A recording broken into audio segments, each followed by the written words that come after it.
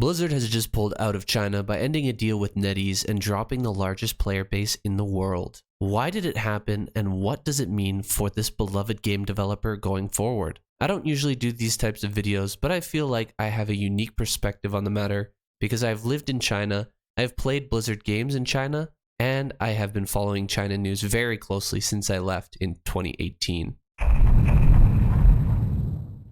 Back in 2019, we were all witness to the censorship of Hong Kong protester Blitzchung by Blizzard during its Hearthstone event. The Hong Kong-based player made a statement supporting protests in his city during the brutal crackdown and subversion of Hong Kong independence that year. This was the first time that Blizzard was caught actively acting in the interests of the CCP, taking it upon themselves to ban Blitzchung and even fire its casting staff in order to please the party. Whatever communist brownie points this move earned them, Blizzard faced huge backlash from the international community. This controversy should have opened their eyes to the dangerous position the company was in and made them rethink their alliance with the CCP. Perhaps they had grown too used to pandering to the Chinese government at that time and lost perspective about right and wrong. Maybe it was time to stand up for freedom and say no to the CCP.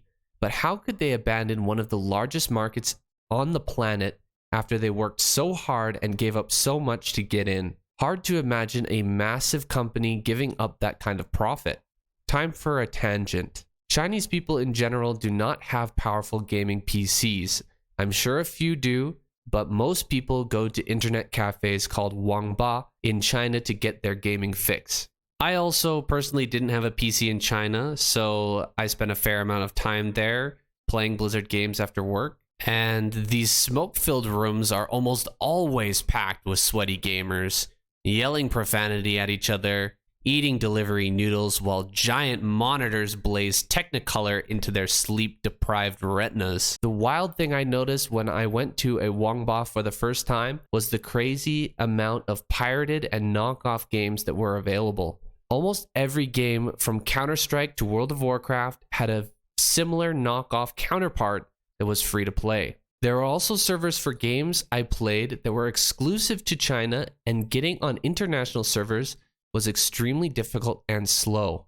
I didn't know it at the time, but this is actually by design. The Chinese government wants its citizens to play on their rip-off servers and in rip-off games rather than the international originals because they like control. The Chinese companies that make rip-off games will share all user data with the government and censor it according to their whims, and since there is no rule of law in China, rather than taking down these knockoffs, they will instead throttle the internet speeds for the original games so that their homemade games can thrive. The CCP is obsessed with control not only of its own citizens, but abroad as well, pushing its ideology on campuses, cracking down on Chinese abroad, and forcing censorship in the media. The timing of this announcement is interesting because it comes at the tail end of the A4 protest movement, a massive wave of dissatisfaction with the government zero COVID policy that spilled out into the streets of cities around China in November 2022. The government has responded covertly by tracking down protesters using AI facial and movement recognition and rounding up everyone who participated. Cracking down on the internet and internet spaces, including video games, is a key way the government stays in control of its population.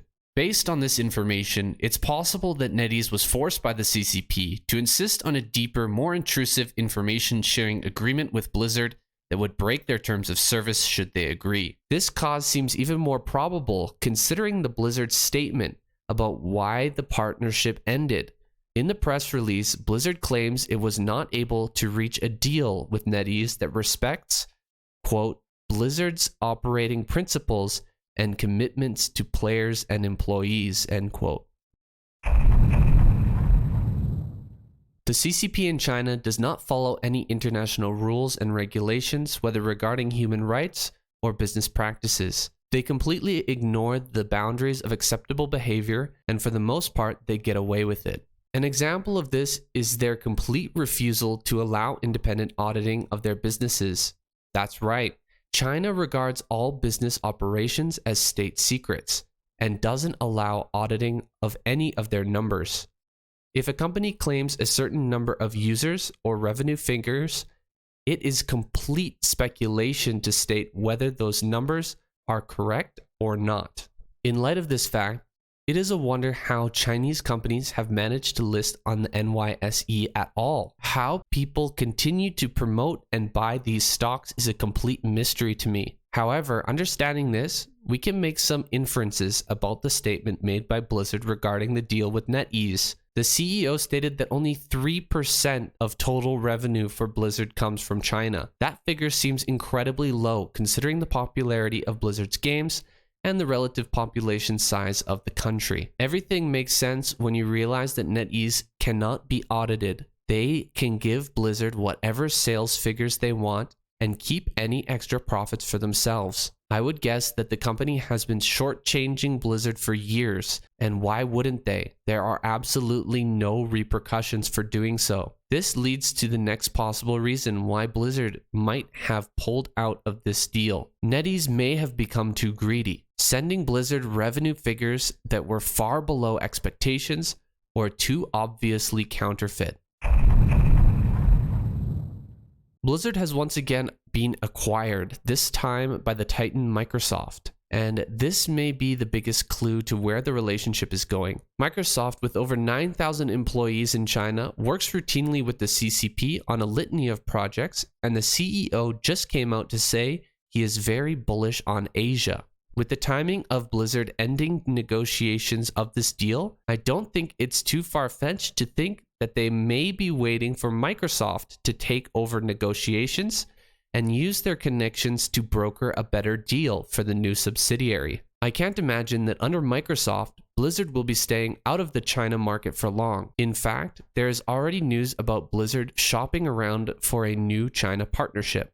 Whether it was Blizzard protecting its data from CCP intrusion, concerns over fraudulent revenue data coming from NetEase, or Blizzard holding out for a better deal under Microsoft, we can't know for sure. It could even be just one jerk, like NetEase executive Simon Zhu said, although that seems unlikely with all the moving pieces surrounding the story. Anyway, why do you think Blizzard pulled out of the deal with NetEase? Let me know in the comments below. Thanks for watching.